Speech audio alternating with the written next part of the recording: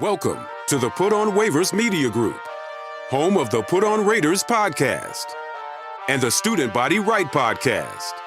This is your place for the best breakdowns and the best insight for those who fight on and bleed silver and black. Now, here are your hosts, Dwayne Douglas and Ryan Holmes. And welcome everybody to the glorious episode of the Put on Raiders podcast. I'm your host, Dwayne Douglas, along with Ryan Holmes, and we are podcasting on the first place Las Vegas Raiders shores of the Pacific Ocean. It's early, but hey, you'll take first place any time of the year. POR SBR is my Twitter handle, and then Ryan's is RHOLM22. Ryan, how you doing today? It was a weird and bizarre game. Some mishaps in the red zone, stuff like that. But the Raiders come away with the victory, 17-16 in Denver, and that is their seventh. What's for John Elway jersey, number jersey? 7 wins in a row, right, against the hated rivals from the state of Colorado. Yes, the Las Vegas Raiders have never lost to the Denver Broncos, so it is 7 in a row. It's a win. It wasn't pretty, but it's just win, baby. We'll take it. I'll take 17 of those. Yes. As long as I come out on the right side at the end of the game. And we're fairly close in our predictions. I was off by a couple of points on the Raiders side, but they had the turnover in the red zone. And at least I got the Broncos score right. I thought they'd score 16. We did, yeah. I had 17. You had 16, right? Yeah. Yeah, so, So as poorly as the defense played, they made plays in the second half. They were able to hold in the red zone. This game shouldn't have been close. Yeah, to be honest, but it is what it is. It is what it is as far as that goes. Hope Jacoby Myers is all right. He got laid out on that one. He got laid out on that play. But let's start from the beginning. The Raiders, score early, and then obviously, and then the Broncos come right back. Let's start with the quarterback situation first. Jimmy G, first game. I know it's jitters and everything like that. Whatever. What do you think of his performance? I kind of expected a little bit more, but it's early. He has a bunch of games coming up with the Raiders this season. Hopefully, we got a scare about that in the game. I thought maybe that he might have got hurt pretty bad in that game, and we're going to be in there for the backup quarterback time. But they were able to win this game. What are your thoughts about the way he played in this ball game?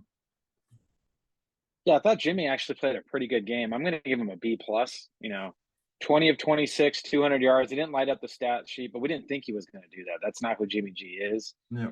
He got the audibles in. He got him into the right plays. He got the ball in the hands of Adams. He got the ball in the hands of Myers. You would like to see him spread it around a little bit more, but he was feeling it with those guys. He put drives together. The Raiders drove the field most of the time they had the ball, other than I think 1 or 2 drives. But overall, he used his legs. He got away. He didn't get sacked. He showed some pocket presence. I thought overall he played well. He had the 2 touchdowns in the red zone. Obviously, he wants that interception back. It was a bad decision. 3rd and goal from the 6 in a 3-point game, trying to force the ball to, I believe that was Amir Abdullah. There was an undersized running back out there in the corner of the end zone. Ball got tipped, but I would have given him an A if he didn't throw that interception in the red zone. But this is the kind of what you're going to get from Jimmy G. He's not going to throw for 300 yards. He's going to move the ball. He's going to move the ball down the field. It's going to be slow paced, but I will say I thought the best part of Jimmy G was in the fourth quarter after the interception. You got to see the mental fortitude, the toughness. Took them right down the field to take the lead, and when they got the ball back, he didn't give it back to Denver. Put his defense back out on the field. So overall, B+ for Jimmy G. Yeah, I thought obviously you get a 4-minute drill like that where you can just not have to, where you're up by 1. So it is what it is. You got to make sure you don't get the ball back. All I can think about when Lutz missed that field goal is like they just traded for this. You traded for a kicker, give up assets, and an extra point, and he cost you 4 points in a 1-point game. So that's going to be something that the Walmart dudes are going to be like, check mark. They're not gonna let anything go by in those moments. So they didn't run the ball particularly well in this ball game. Jacobs had 19 carries on 48 yards, but so that wasn't really a great situation there. He did have a couple catches for 2 catches for 23 yards. He just couldn't get that thing going. But like you said, I think they moved it. I got to get used to just like understanding in my head that he likes to call a lot of plays and that they're going to be really methodical. So even when they get to like the 24-point mark and everything like that, they're going to be really kind of methodical. And when the way they do it, my biggest thing was like, I know that was aided by the interception, but it's what gets most opponents. If you have 10 points with 6 minutes and 42 seconds left in the game, that's not a recipe for offensive success. Yeah, I kind of look at it the other way. I think this is week 1. Jacobs missed training camp. He's not really in sync with the offensive line. The offensive line didn't really play together. They're playing at altitude. The defense is on the field. Couldn't get off the field. The defense couldn't get off the field on 3rd down. And I think they just wanted to slow the game down and kind of speed up the game, keep the clock running, keep the game as close as they could, and then make plays in the 4th quarter, which they did. I didn't think at any point in this game they should just drop back and start slinging around 30, 40 times. So I think it was just a combination of everything. Playing at altitude, not fully conditioned. It's week 1. You can't really run Jacobs into the ground. They tried to a little bit with 19 carries, but it just wasn't working. We'll have to look at the all 22 and kind of see what happened. But this was kind of the other side of it too, is it's not a great run blocking line. I know Jacobs led the league in rushing last year. A lot of that was on his own. He was making holes, making guys miss. You didn't really see him make a ton of guys miss today that you normally do. But I think that'll come as he gets into better shape. He looked a little slow to me, but he did keep the chains moving when he needed to. But you didn't see that extra leg drive for 2 or 3 more yards after contact that you normally see with Josh Jacobs. But I think it's coming.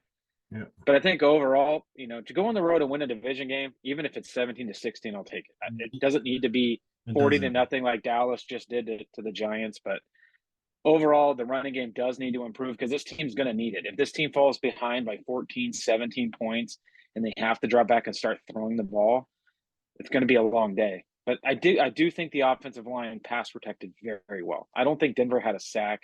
They only had a couple of hits on the quarterback. So Jimmy G is really running this offense efficiently. You saw him getting in and out of plays. You saw the one play where there was a blitz coming off his left. He audibled through the back shoulder fade to Jacoby Myers on his right. They're going to have to push the ball down the field at some point. They didn't really take any shots in this game.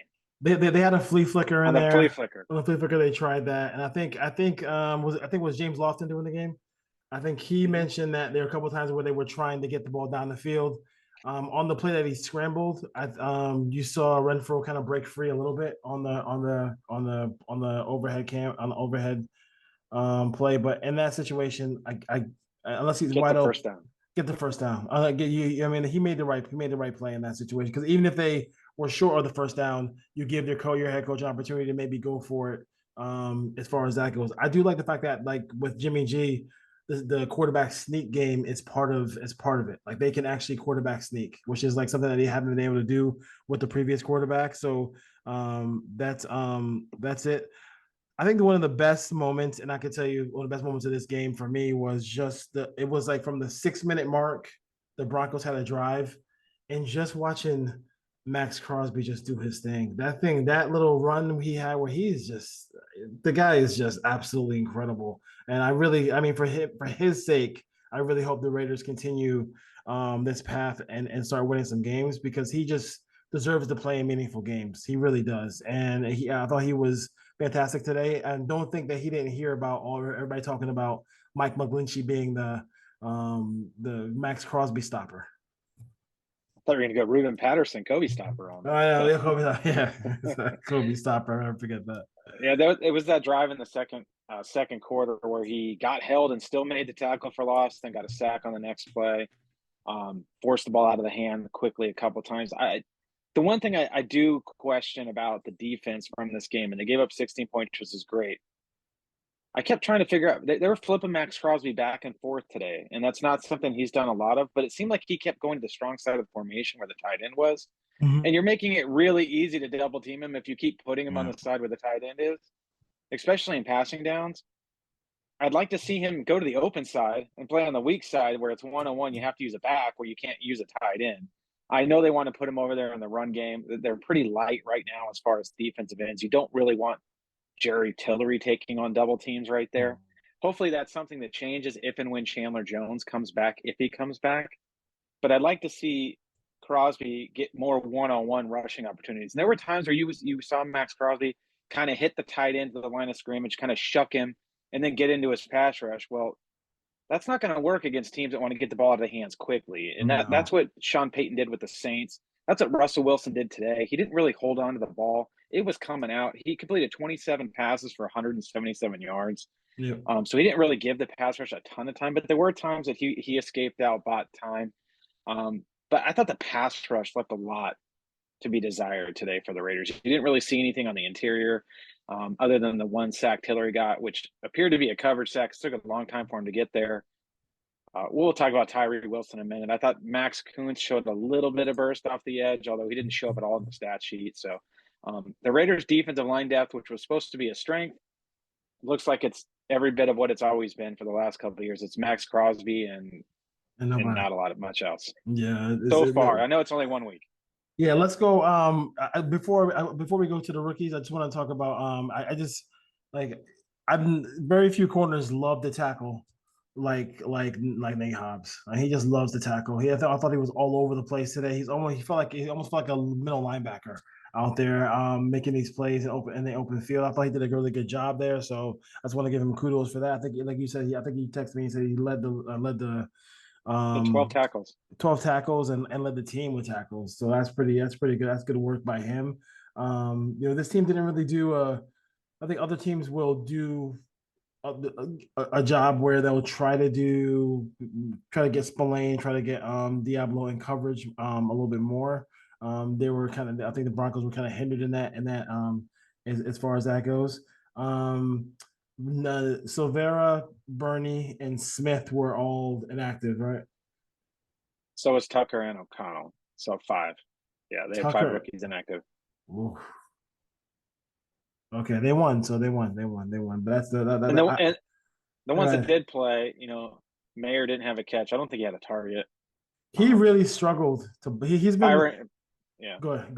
I'll say Byron Young. Yeah. Played. He was out there. We'll say that. I don't think he did much. Bennett really, other than the 2 defensive pass interferences, which we can argue if one of them was or wasn't, those can't happen. Those are big plays. But I thought he tackled really well. Yeah, he did.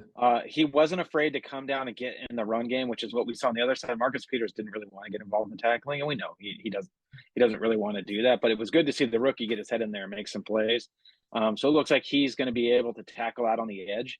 And then you have Hobbs as well, like you said. So I thought the Raiders tackled fairly well, other than other ones. Spillane kind of hit that guy in the hole, and then he broke out and got about 12 yards. I think it was P. Ryan, but it's tough to find a lot of things to complain about. I don't really want to. They gave up 16. They were fine. They're fine.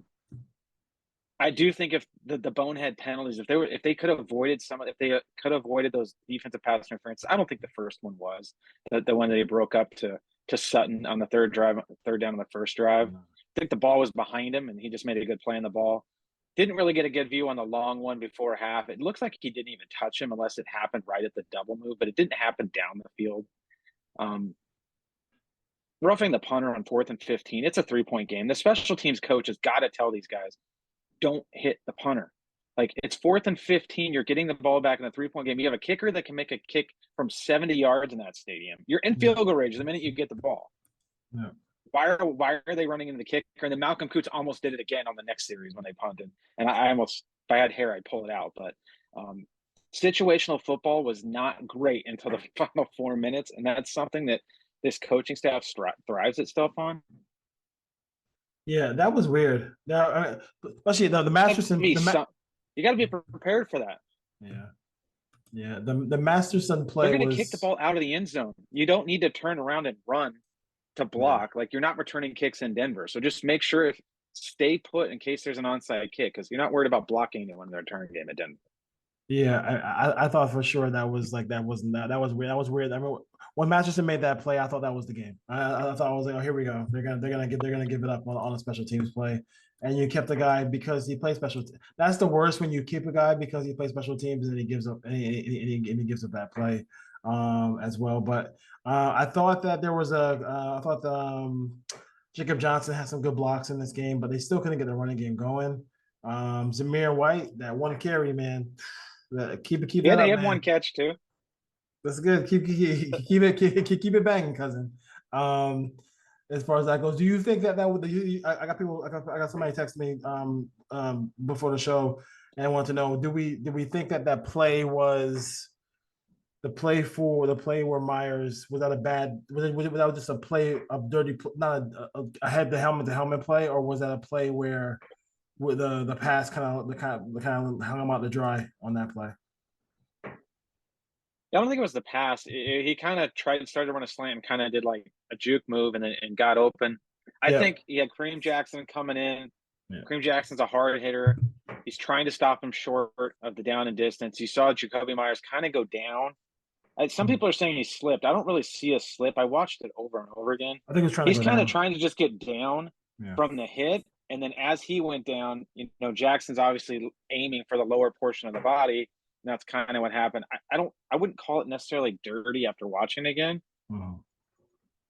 They did have several personal foul penalties, and even the roughing the passer on Jimmy. You saw the guy come off the corner, lower his helmet, and with the crown of his helmet, hit him right in the small of his back. So I don't want to call it Bounty Gate Broncos because Sean Payton's there, but there was some hits in that game where I was kind of like, what's going on here?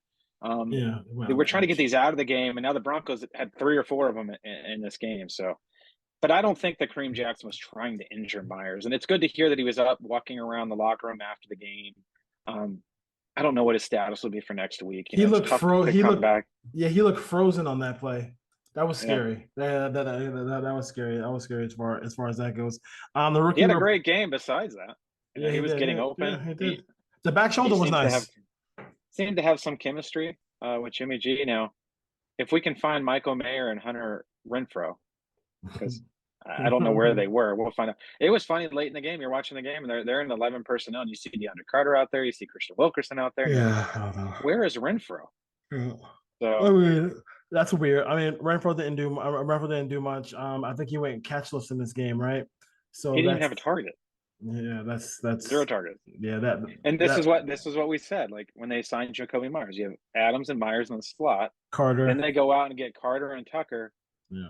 There's not a lot of volume for Hunter Renfrow to begin with, and he was an afterthought in the game plan today. So hopefully tomorrow or Tuesday when I look at the all-22, maybe he was open, maybe he was a second or third read, but the first guy was open. But it seemed to me like Josh was calling the plays, and the first guy seemed to be open fairly regularly. So Jimmy was just going to Myers, and he was going to Adams. What I didn't like was when you rob us of a good matchup when you allow Patrick Surtain to bear hug Devontae Adams. Like we want to see in the end zone, and like even on some other plays, like he just bear hugging them, and it's like, dude, when you allow that a corner like that who's already talented to bear hug a guy like that, I mean, it's just not good football, and I just feel like that was just kind of cheesy. And then you get a couple penalties in it, and like you made a good point when I was asking, because I watched the game later, and you were saying I made a point that said Surtain was going nuts about the pass interference, and you were like, hey, you know what? He's been bear hugging the whole game, so now they want to call it. It's kind of like when the pitcher's on the outside part of the plate, and they and it's not been a strike all day, and then they ring you up on that same pitch, you're gonna be upset. Yeah, I was more kind of perturbed, I guess I'll say, on the Marcus Peters illegal contact penalty. Okay. On the fumble that Russell Wilson fumbled and the Raiders recovered. And Russell Wilson gets outside the pocket, rolling to his left, and Marcus Peters is covering his guy on the other side of the field, 50 yards away. It kind of looked like the receiver ran right into Peters. Peters did put his arms on him for a second and let go, but that had nothing to do with the play. They threw the flag after the ball had already been recovered, and it was kind of like, what do we need to do here to make sure this fumble goes away? Oh, let's call this. Yeah. And they hadn't really called illegal contact all game. And there were some very iffy calls, which is weird because that crew called the fewest amount of penalties in the entire league last year. So I figured this would be a fairly clean game with not a lot of penalties, and they were throwing them left and right. They were raining out of the sky. I think both teams ended up with 10 accepted penalties, so that's 20. I think that crew called 144 a whole season last year in 17 weeks.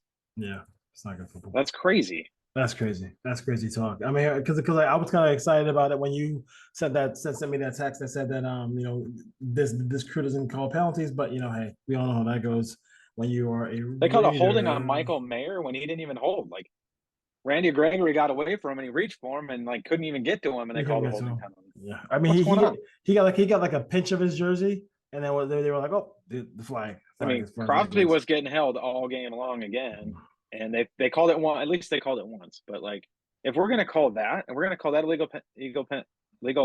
the legal formation penalty, I thought was weird too because I'll have to watch it again. Yeah, they called it on DeAndre Carter.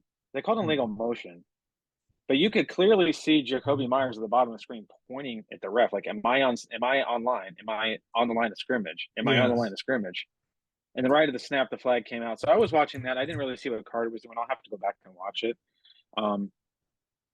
You can't have 1st and goal at the 1 and throw an interception in the end zone. Like, you got to line up and run the ball. I know they tried to. They fumbled the snap. But on 2nd and 1 from the goal, we got these jet motions and sweeps, and we're getting penalties. Like, just line up and give the ball to number 8 and 4 times and hope you score. Let's not make this too complicated. He does look good in that number 8, by the way. He does look good in that number. He does. It suits him very well. The rookies, as far as that goes, I talked about Bennett. I thought he tackled pretty well in this ball game. You had something you wanted to say about Mr. Tyree Wilson, about how he played in this ball game. Yeah, I actually had to go back and watch the cut-up video I did before the draft of Tyree Wilson just to double check, but he wasn't getting off the ball at all in this game. Yeah. Like, he was the last lineman up. Like, guys are 2 or 3 steps out of their stance before he got up. So I don't know if it – and a lot of people – I know someone got back to me on Twitter, and they're like, oh, he missed all the training camp. No, he didn't. He's been practicing for a month. He was activated after the 2nd game. So he's had 3 to 4 weeks of practice. Yeah. I know the foot's kind of was injured, but he's a year off of that surgery.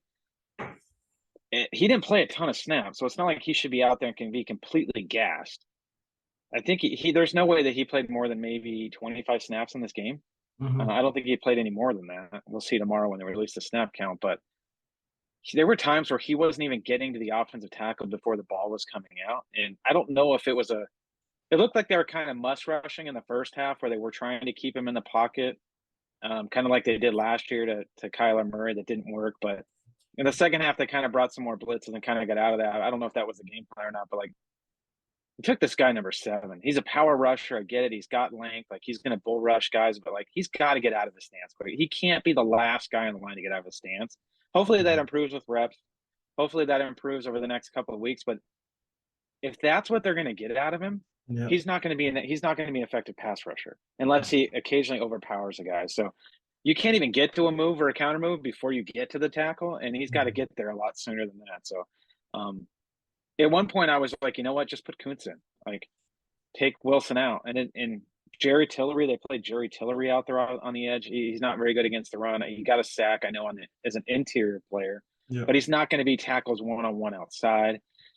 If they're going to continue, if Chandler Jones misses a ton of time and they're going to play that lineup where you can just go into your 11 personnel and they're going to put Max Crosby on the field with Bilal Nichols, they had Jenkins in there a lot, and Tillery, I'm going to double Max. I'm going to drop back and I'll have all day to throw the football because those guys aren't going to get home, not consistently. They may get a sack here or there, but this pass rush needs to be a lot more creative if this is what they're going to put out there.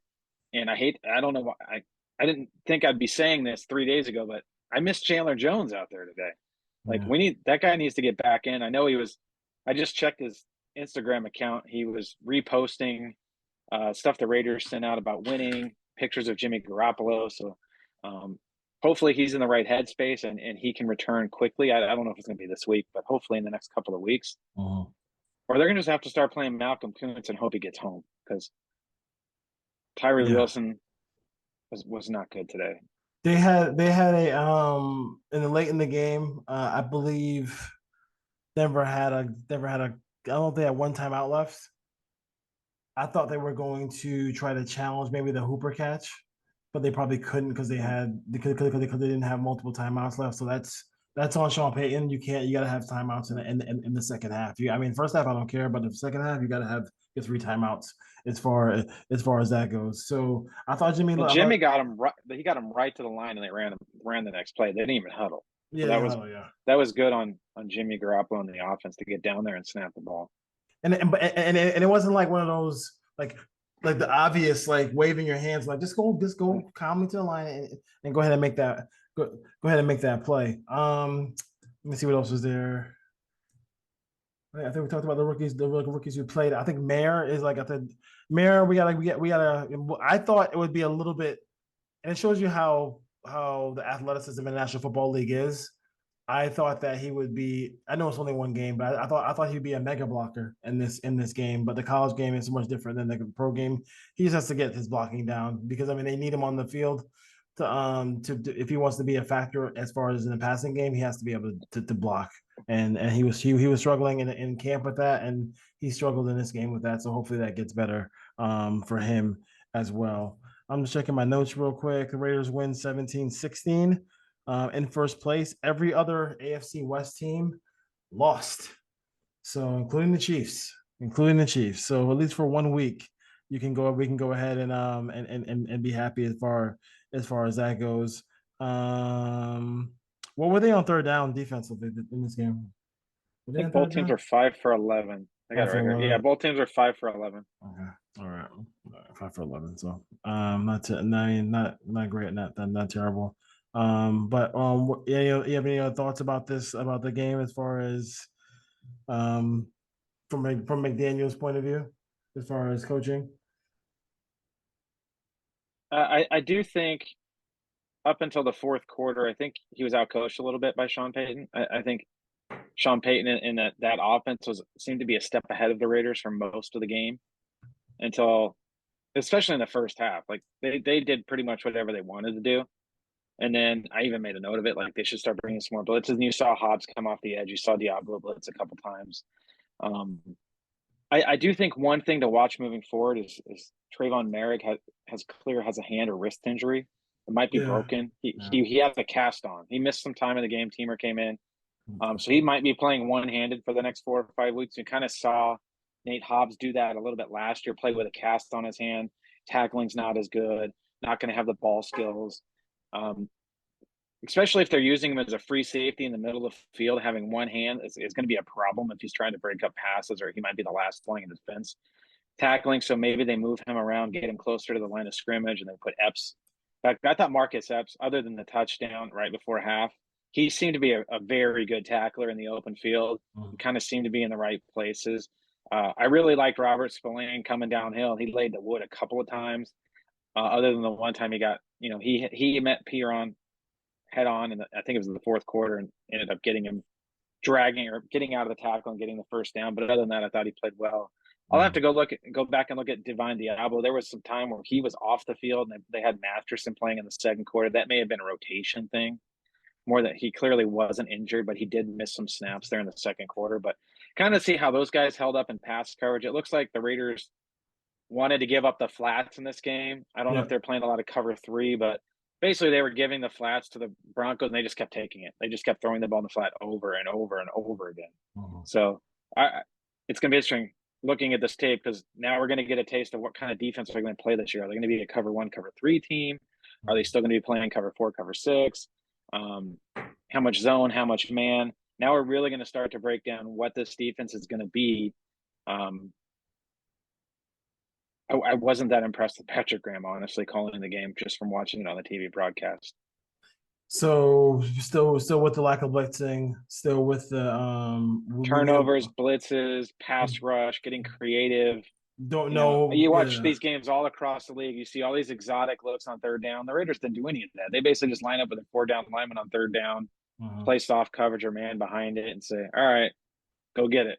And you're not seeing any of the stuff that's going on across the league. So I don't know what to make of that. We'll look at it. You didn't really see any packages for certain players. You didn't see Palomau out there. You didn't see any. It was it almost felt preseason-ish watching it on TV. Hey, They're easing their way into the season. Don't forget, they're easing their way into the season. They won a division game on the road, so I want to be positive. Yes. This game could have easily been 27-13 Raiders. They also could have very easily lost this game. So let's be thankful they came out on the right end, make the adjustments, move on to Buffalo. If they can figure out a way to come out of Buffalo and get a win, Buffalo's going to be on a short week.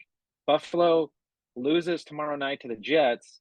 Maybe there's some injuries in that game. They could come in shorthanded on a short week. The Raiders could. This is probably good in the locker room, good momentum going across the country. Yeah. We're not predicting that game today, but if they can figure out a way to get that game and get to 2-0, this season looks a lot brighter than it would if they come back 1-1. Yeah. I mean, either like when the season came out, when the schedule came out, I said everybody said 1-1, but like you want to go into that Buffalo game with the house money because nobody's gonna pick the Raiders. They'll probably be like a 7-point dog, 8-point dog, especially if they lose this game. If they had lost this game, so like they're in a good spot because like you want to go there early. You don't want to go there in November, December when you're a West Coast team. So now you're going to go there when it should be decent weather. 70 degrees and cloudy. I looked at it. Yeah, no rain in the forecast. Exactly. You can't beat that. So and they're not really a great running team as well. So you do. I mean, yes, they have a great passing game. We know about Gabe Davis, and we know about Dawson Knox, Dalton Kincaid. So who should be on full display this week. So should be fun. But the Raiders win, and then we'll have a chance. We'll during the week we'll hopefully have another show where we can kind of dissect this game a little bit, and then kind of get you ready for the Bills next Sunday. Make sure you if you go to church early. If you gotta do something, you got some errands to run, make sure you can either do them after the game or before the game because it's 10 a.m. next week against the Buffalo Bills. Anything else before we head out? I will add that the first 4 games looked like a gauntlet before the season started. The Raiders are 1-0 through the first week. We don't know what the Bills are going to look like. They don't play till tomorrow. Pittsburgh didn't get off the bus today. They lost. Bad. At one point, it was 30-7. I don't even know I don't know what the final score was. They were down 3 touchdowns before they got a first down. Yeah. And the Chargers charged today. They gave up 466 yards to Tua and the Dolphins. All they needed was a field goal at the end. Took a couple of sacks. So it's looking a lot brighter in Las Vegas after this opening win. Those third and fourth opponents, they're still going to be good teams. This is a week-to-week league. The Steelers can come out and win 30-0 next week. Mm-hmm. But just based on what we saw today, can the Raiders get to 3-1? That's going to be the question. That's going to be the biggest question. Can they? They got 3 games in these next 3 games. Look at the season in quarters. If they can go 2 all they gotta do is go 2-3, and then that's it. That's it. You'll be good to go. As far as that goes. But there's 2 teams that I'm wondering about their quarterback situation. I think the Raiders play both of them, and that's Daniel Jones. They re-upped and they paid him big money. And then there's Kenny Pickett. I'm not a Kenny Pickett fan, and that's interesting. We'll see how he does next week. But then for the Raiders home opener, before we get too far ahead of ourselves, he did not look well. He did not look good this week at all. I would add the worst quarterback performance of the week. Now, I didn't see every game. I saw a lot of the games. I had the YouTube TV quad box going. I was switching it up. Was it Ryan Tannehill is done. Was it the quarterback from Nebraska? No. Ryan Tannehill has no arm strength left. Yeah, he doesn't scramble. He doesn't move in the pocket. He's trying to throw out routes. He's throwing balls that are fluttering out there. I think he threw three interceptions today. It could have easily been 5. And they almost won against the Saints. But Mike Vrabel has a tough decision ahead of him because all he's got back behind him is Malik Willis and obviously Will Levis, the rookie. So that's a team that traded for DeAndre Hopkins. They got some older players on defense. They got Derrick Henry, who doesn't have a ton left in him. He's taken a lot of beating. They got some older pieces on offense. The offensive line's not any good. Are the Titans going to be in the Caleb Williams talk at the end of this? I don't know. If Ryan Tannehill plays 17 games, they might be. They might be. They're not looking. They're not looking good at all as far as far as that goes. But I think a team from the AFC that looked really good today was probably the Jaguars. Probably Jaguars. I thought the And Browns first half wasn't very good. I it was turned it. ugly. Deshaun Watson. Yeah, it was ugly. First half wasn't good at all. Joe Burrow and the Bengals didn't even show up. They didn't get off the bus either. But like I said, it's a week-to-week league. You take this one, you move on to next, and all these teams are saying didn't play well today. They'll turn around and win next week. That's just what this league is. And last thing too, I gotta say, if y'all got a chance to, I started watching the first episode of BS High, Bishop Sycamore. Oh my goodness, I've seen it. It's crazy. Yeah, y'all gotta watch that thing, man. Y'all gotta watch that thing. Raider Nation, it's crazy. On HBO Max. HBO Max. Hey, 1-0, first place. That's all you need to know, Raider Nation. Just Victory win, baby. Monday tomorrow. Just Victory Monday. Exactly. Go 1-0. What did Tom Cable say? You want to go 1-0 every week? They went 1-0 this week. It's much easier to look at the all-22 film when they win, yes, 17-16, than when they lose, 17 yes. or 16 to whatever it would have been. Hey, we had our previous. I don't want to bring up to previous quarterback, but the previous quarterback had a losing record or one of the worst records when the defense gave up 20 points or less. So it was weird. They got the 20 points or less, and they ended up winning the game. So Jimmy G on a scramble, no doubt, to ice it. There we go. To his credit, they did win today when it's 16-15. Oh yeah, they did. They did. You got Ryan Tannehill did everything he could to lose 3 picks. Titans, and he ended up. I can't wait to watch that one back. I gotta watch that one back. All right, Ray Nation. Ryan, take care. Take care.